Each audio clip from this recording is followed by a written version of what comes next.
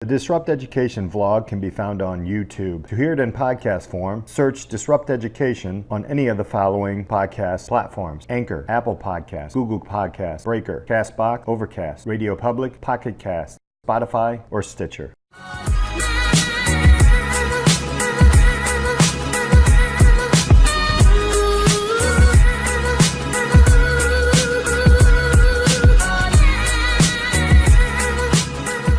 Welcome to this episode of Disrupt Education. I got Dr. Peter James here. Good to see you, man. Thank you so much. We are in Brookfield, Illinois.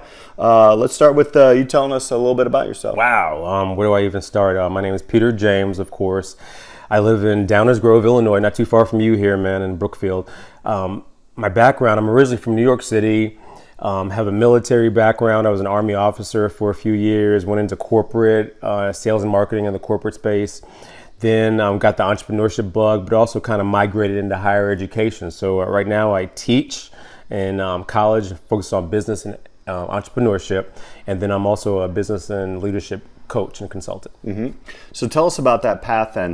Did you go right in from high school to the military, or how did that look? What was your educational path from here till now? From high school until then? Very good question. I actually went to college first after high school. So I went to college at Georgia State University in Atlanta. And after college, I got offered a direct commission in the U.S. Army as an officer. And at the time, it was the best option. I was actually working at FedEx as a courier. And even though that was pretty good money, the military offered me more money as an officer. So that's kind of how my road transitioned from college. Nice.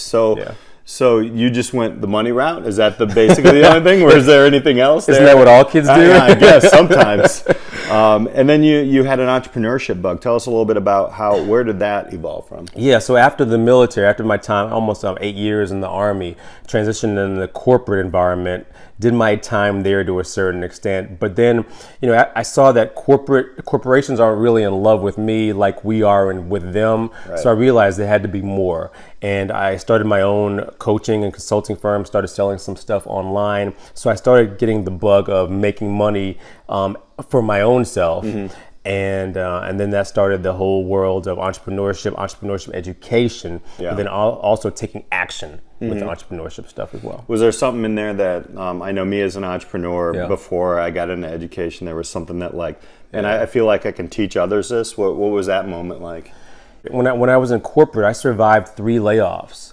But what the layoffs kind of taught me was that, if someone to my right or left could get laid off, that could happen to me at any given moment. So I got a little frustrated, and I said, again, there had to be more. So I got into the entrepreneurship thing and realized, hey, this is going to be better in the long run. I'm able to secure my own career, my own future, my own passion to a certain extent. And now I try to, especially as an entrepreneurship professor, I definitely try to instill that on my students. But even those I coach and consult, I want them to really know that, hey, get the passion so that you can make this thing your life's work to a certain extent, but also make some money from it, right? Right.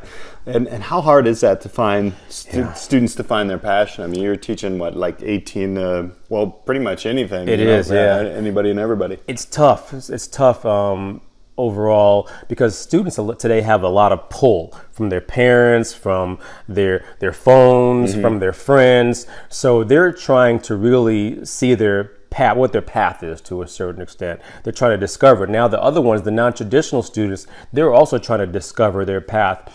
And I guess I'm trying to instill in them, hey, working for somebody for the rest of your life does not have to be your only option. There should be a plan B, a C, and D, and entrepreneurship kind of falls in that path. Yeah. So what kind of things would you change? Yeah. This is the big question.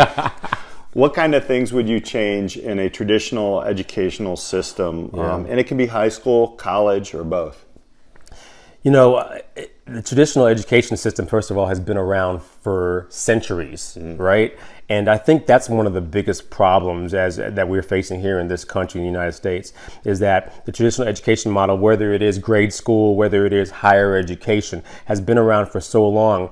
But now we're in an environment that's a little bit different, for lack of a better word. It's disrupted. We see companies are coming in and changing how retail is, how taxi services are, how toll booths are, for that matter.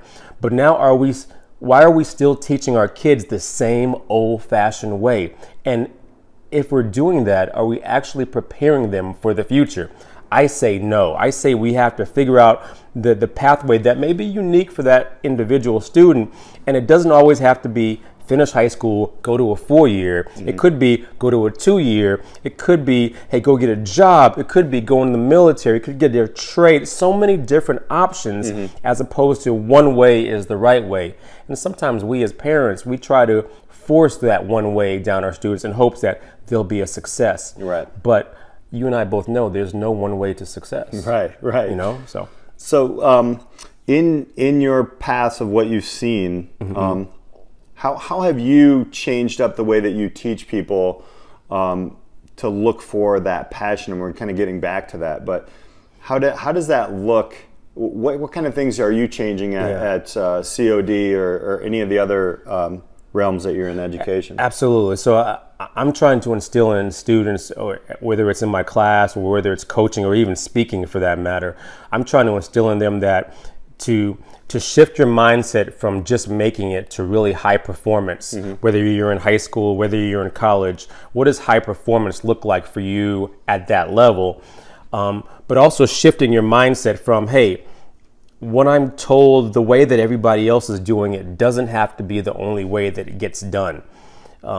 Sure, college might be the answer, but what else could I be doing while I'm going to college to fulfill my dreams? So what might that look like for me where I am? Here's a good example really quick. My daughter is in the Air Force right now. Right. She's in Germany right now. We realized that college was not the right path for her right then. It wasn't. So we had to look for other avenues. It just so happened that the military was a great avenue for her.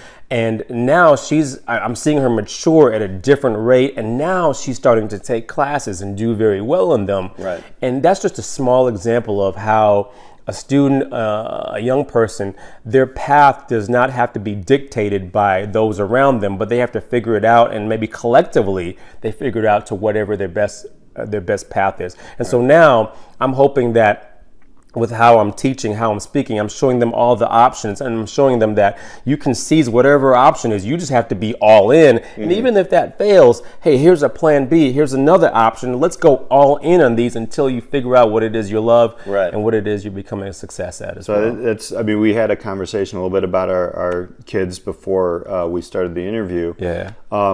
If you had a 17-year-old at the cusp of graduation, all these counselors sign up for college, what advice would you give them? Well, first of all, I would ask them, hey, what do you love? What are your strengths and your weaknesses? What do you feel comfortable doing? Is the 4-year actually, don't get me wrong, maybe they do want to go to a 4-year college. But if they don't, hey, let's really explore what they really want to do. The parents could be saving themselves a ton of money by not sending them to a 4-year, maybe to a 2-year, maybe to a trade school for that matter. Maybe these days with the coding schools but even, how about this one? You and I have talked about it offline. There's so many other different learning platforms, the Udemys, the Udacities, all of those that are out there that allow people, not just students, the options to learn at a different path, a different method, a different way. I think you have to be able to explore them all and not just keep somebody in a box. Right. That's huge, you know? That is huge. I feel like we are boxing them up. Where can people find you online? Oh, wow. Just look up Dr. Peter James. Peter James. I'm on Instagram. I'm on LinkedIn. I'm on Twitter. Of course, my website is shiftyourmindset.com and peterajames.com. Those are my 2 platforms. Yeah. And that's the best way to find me. Or email me for that matter as well. We'll put all that information up at the bottom. I can't thank you enough for coming on out, Dude, man. This is awesome. I love what you're doing. Thank you. Hey, keep up the good work and keep doing what you're doing, man. And anytime I can help, man, let me know. I appreciate it. I appreciate it so much. A true trailblazer here at the collegiate level and beyond. Couple of Peters, man. I know, right? Yeah, we're just disruptors. Dude, I man, guess. we should maybe that's the Peter thing, right? That's right. We need to do that. The rocks. All right, we will see you guys next time on Disrupt Education.